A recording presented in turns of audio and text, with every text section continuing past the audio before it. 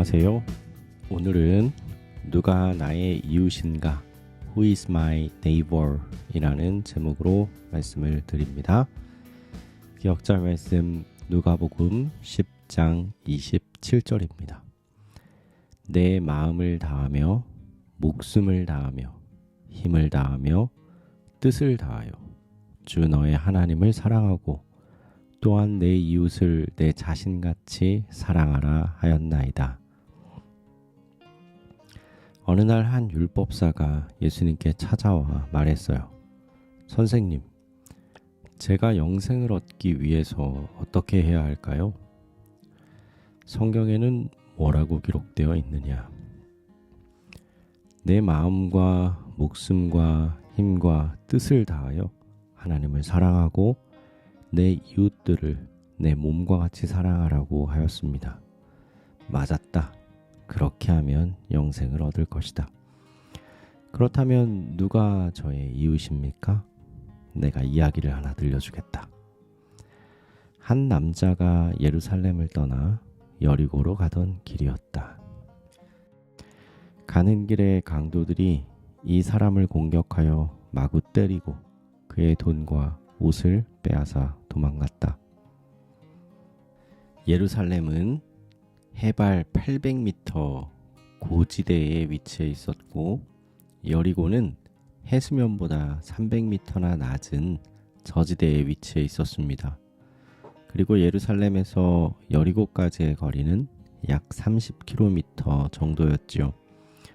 그러니까 약 1100m 높이의 예루살렘에서 여리고까지 내려가는 길은 굉장히 험하고 가파른 길이었습니다.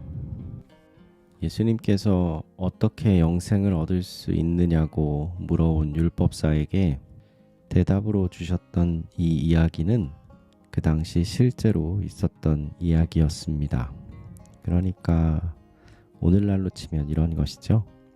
뉴스 속보를 알려드립니다. 어제 오전 11시쯤 강도에게 폭행당한 유대인을 한 사마리아인이 구조했다고 합니다. 이렇게 예수님은 그 당시 실제 일어났던 사건을 율법사에게 들려주신 것입니다.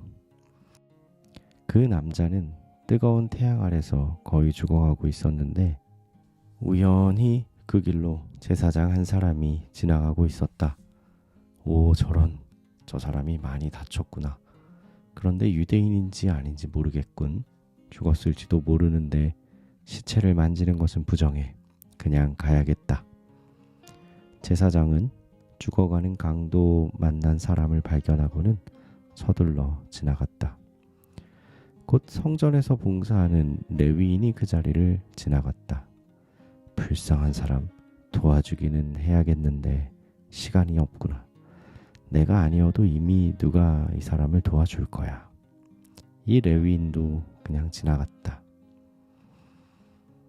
얼마 지나지 않아서 한 사마리아 사람이 그 길을 지나갔다. 예수님께서는 잠시 주위를 둘러보셨어요. 예수님께서는 유대인들이 사마리아 사람들을 매우 싫어한다는 사실을 아셨어요. 그 자리에는 그때 그냥 지나갔던 제사장과 레위인이 있었어요. 이 이야기는 최근에 이슈가 되는 뉴스였거든요. 예수님께서는 계속해서 말씀하셨어요. 여기서 잠깐 사마리아인과 또 유대인들이 왜 그토록 사마리아인들을 싫어했는지 한번 살펴보겠습니다. 솔로몬이 죽은 후 이스라엘은 북쪽의 이스라엘과 남쪽의 유다로 나뉘어지게 됩니다. 그런데 북쪽의 이스라엘은 계속해서 하나님의 말씀과 선지자를 거절했습니다. 그러다가 결국 아수르에 의해서 멸망당하게 되지요. 그런데 그 당시 아수르는 정복하는 국가마다 민족 말살 정책, 그러니까 그 민족 자체를 없애버리는 정책을 펼쳤어요. 그래서 많은 사람들을 자기의 나라로 끌고 가고 사람이 없어 비어버린 성에는 전혀 다른 민족을 그곳에 정착시켜 살게 했어요. 그러니까 이 사마리아 사람들은 북쪽의 이스라엘 사람들 대부분이 아수르에 의해 끌려간 후 비어있던 이스라엘로 이주해온 이방 민족들이었어요. 그러니까 유대인들과는 아무 상관이 없는 민족들이었죠. 그런데 재밌는 사실은 이 민족들이 사마리아로 이주해온 후에 지진과 같은 큰 재앙이 자꾸 일어나는 거예요. 그래서 이 민족들이 생각했죠. 아마 원래 이스라엘을 지키던 하나님이라는 신이 노하여서 그런가 보다. 유대의 신에 대해서, 여호와 하나님에 대해서 연구하기 시작합니다. 그래서 성전도 짓고 또 성경에 명령한 대로 제사도 지냈지요. 그러면 참 좋은 일이잖아요. 그런데 이 사마리아로 이주해온 민족은 자기들이 섬기던 신도 함께 섬겼습니다.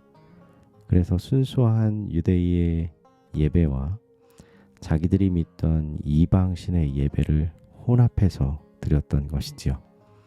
그래서 유대인들이 볼 때 사마리아인들은 가증하고 또 직설적으로 말하면 더러운 민족이었던 거예요. 그래서 그토록 그들을 싫어했던 것이지요. 페르시아에서 예루살렘으로 귀환했던 유대의 포로들이 다시 예루살렘 성전을 쌓을 때 가장 방해했던 민족이 또 다름 아닌 사마리아 민족이었어요. 그러니 유대인들이 그들을 얼마나 미워했을까요? 그런데 그 사마리아인이 다친 유대인을 보고 불쌍히 여겼습니다.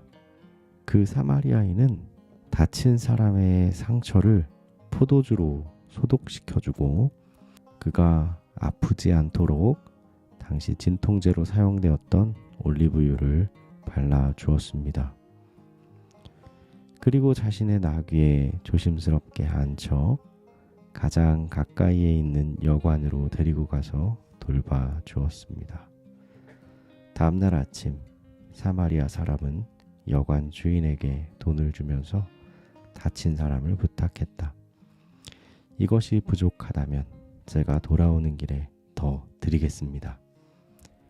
예수님께서는 이야기를 마치고 율법사의 얼굴을 보시며 물으셨어요. 이 세 사람 중에 다친 사람의 이웃은 누구냐? 그를 도와준 사람입니다. 그렇다면 가서 그런 이웃이 되어라.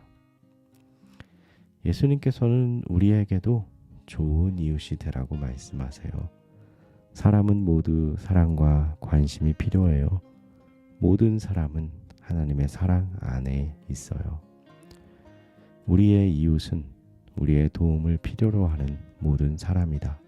대적에게 상처받아 죽게 된 영혼은 누구나 우리의 이웃이다.